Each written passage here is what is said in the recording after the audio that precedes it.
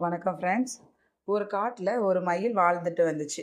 அந்த மயில் ரொம்ப அழகாக இருந்துச்சு. அதே நேரத்தில் மற்ற பறவைகள் மேலேயும் ரொம்ப கருணையோடு இருந்துச்சு.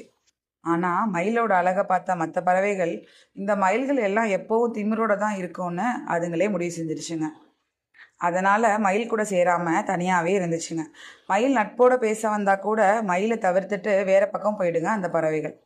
ஒரு நாள் குளிர்காலம் அந்த காட்டில் ஆரம்பிச்சிருச்சு. அப்போ தான் புதுசாக குஞ்சு பொரிச்சிருந்த ஒரு குருவி ரொம்ப குளிரில் கஷ்டப்பட்டுட்டு இருந்துச்சு. தன்னோட குளிரையும் தன்னோட குஞ்சுகளையும் எப்படி காப்பாத்துறது இந்த குளிரிலிருந்து தெரியாமல் ரொம்ப கஷ்டப்பட்டுட்டு இருந்துச்சு. அப்போ தான் அங்கே வந்துச்சு அந்த அழகான மயில். குளிரில் கஷ்டப்படுற குருவியையும் அதோட குஞ்சுகளையும் பார்த்து மயில் ரொம்ப வருத்தப்பட்டுச்சு. உடனே தன்னோட தோகையில் இருந்த சில இறகுகளை பிச்சு குளிருக்கு இதமாவோ குருவிக்கும் குருவியோட குஞ்சுகளுக்கும் போத்தி விட்டுச்சு மயில். மயிலோட தோகையை நல்லபடியாக குருவி குஞ்சுகளை குளிரிலிருந்து காப்பாத்துச்சு.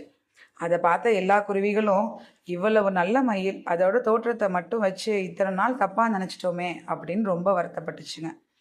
அன்னையிலேருந்து குருவிகளும் பறவைகளும் மயில்களும் ஒற்றுமையாக அந்த காட்டிலேயே வாழ்ந்தாங்க.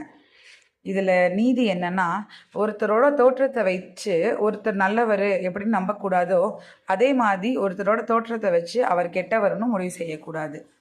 நன்றி.